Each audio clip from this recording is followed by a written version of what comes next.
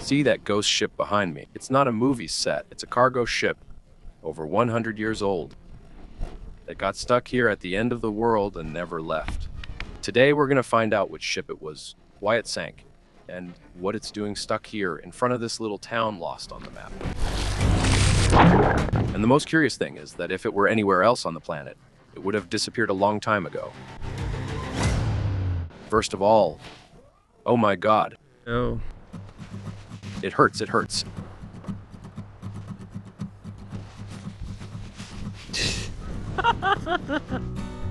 First of all, let me show you where we're on the map. This is Stanley, the capital of the Falkland Islands, also known as the Malvinas. It's an archipelago of about 770 islands way south of South America when we get here.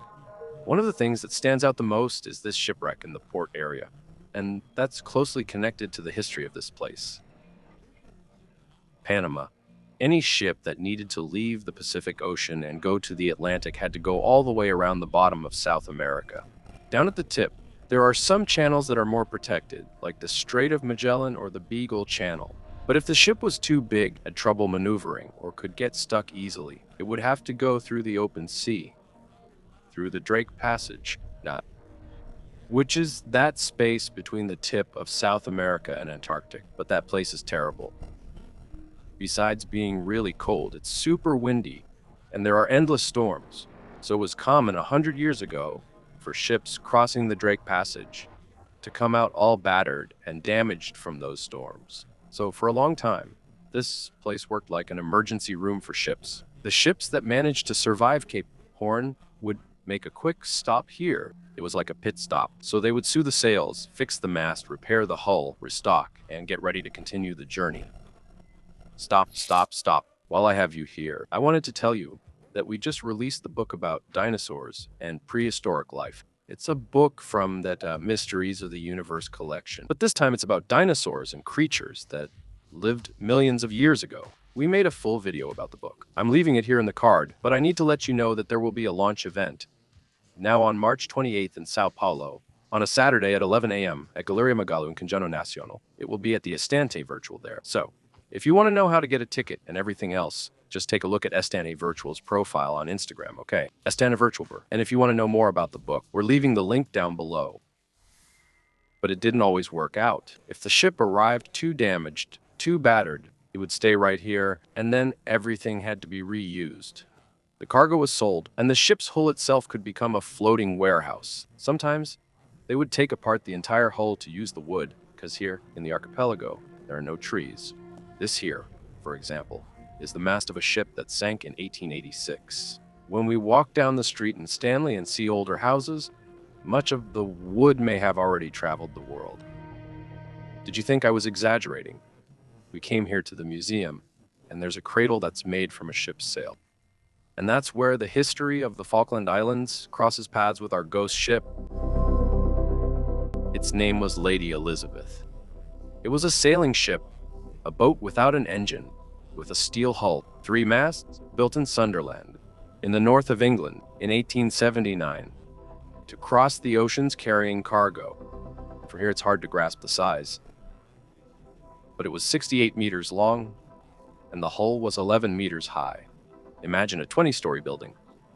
Lying on the water, that's about the scale. It was built to withstand very long journeys, had to spend months and months at sea, carrying heavy cargo, mainly wood, and had between 18 and 25 crew members. At the very beginning of the 20th century, around 1900, this ship had already traveled practically all over the world. It had traveled to all the continents, crossed all the oceans, and had even faced a cyclone in Australia.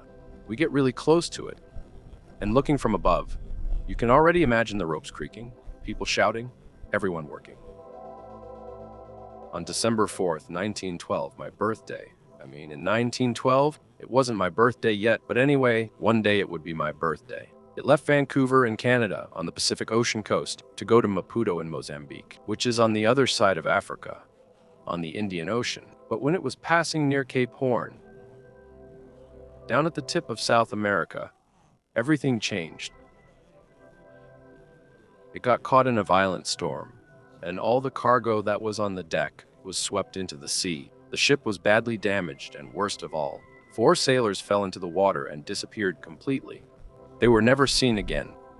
Look, I'll tell you, even I.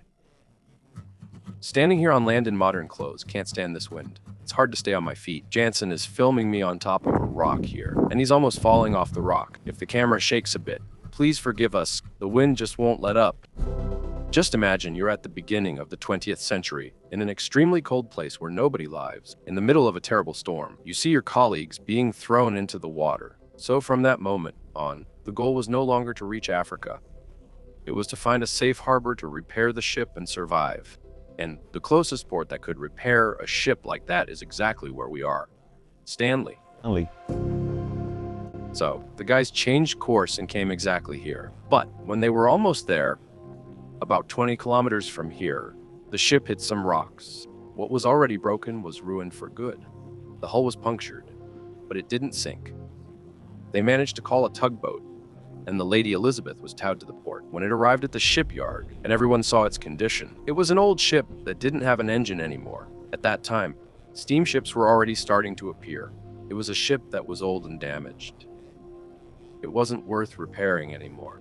It was like a death sentence.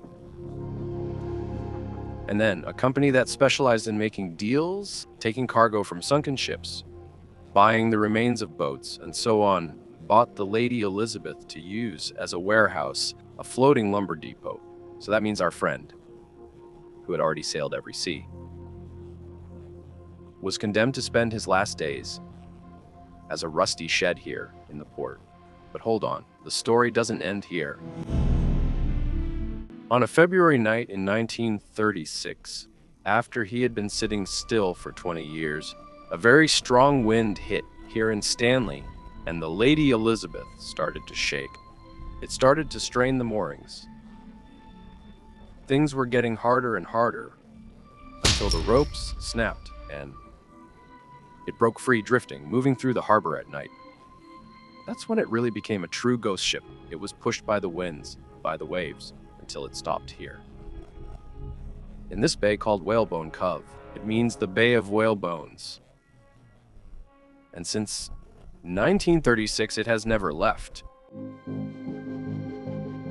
And then, the question remains, how is this ship still intact? That last storm was 90 years ago. Anywhere else in the world, the ship would have already fallen apart, would have rotted, would have completely disappeared. This happens first because it's cold here all year round.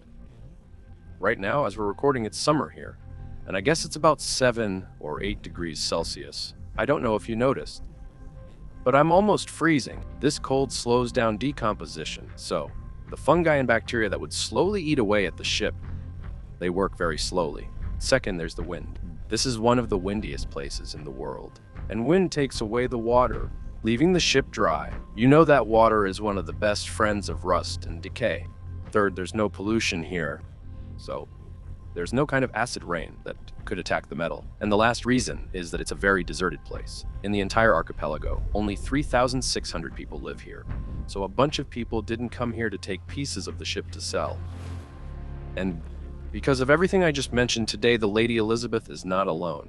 I shouldn't do this, but let's take a chance. Here in the port of Stanley, there are several other shipwrecks that we can see.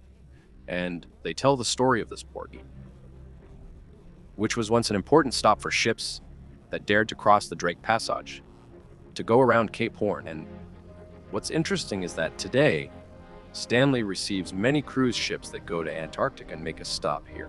And the Lady Elizabeth ended up becoming a sort of landmark of the city, a place where the past and the future meet in the same landscape. If this story isn't worth a like, I don't know what is. How can I leave without getting wet? I don't know about you, but I really wanted to get close to that ship, so what did we do? We checked a tide chart to find out when the tide would be really low, and we came here exactly at the time when the tide is at its lowest possible point. The little guy is at the bottom. Let's try to get closer. Today it's sunny. It looks like it's warm, but it's not warm at all. Look at this base layer.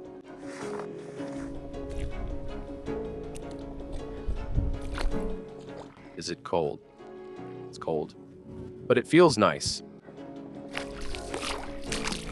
Here he is.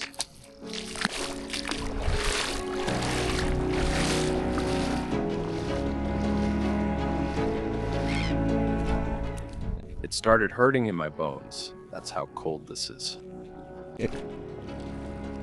I'm really curious to know if we'll be able to look inside the ship.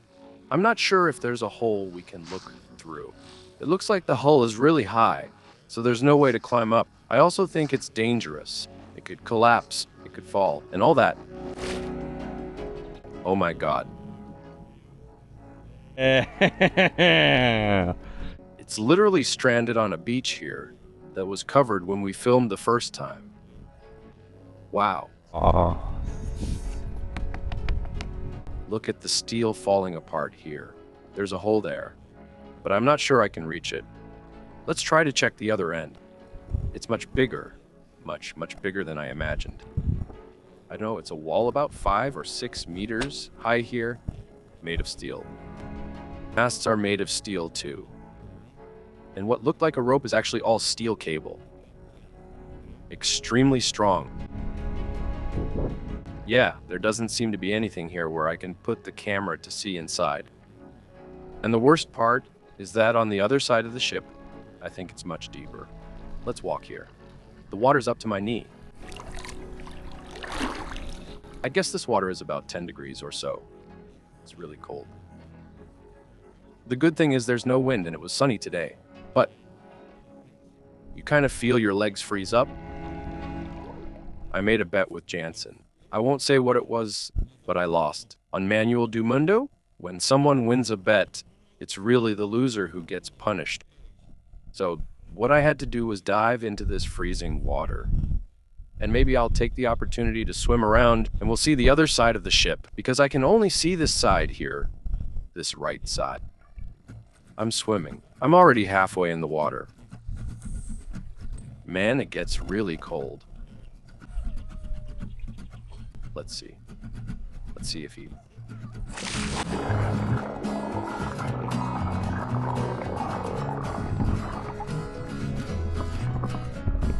Look here at the other side. Look, it's gigantic. There are even some holes here in the ship, but I can't reach the bottom now. And it's really cold. I can't stay here. Let's get out. There's no way. Every part of my body hurts. Look at Jansen. He's at it again. My panties are being... Base layer. Just the basic. 2 pairs of pants. Look at Jansen. Delete it. Man. The feeling after you get out of the water is really good. It hurts a lot when you're in there. Like it's horrible. But after you get out, it's nice. It's relaxing. I'm not cold right now. I'm not going in, just dipping my feet.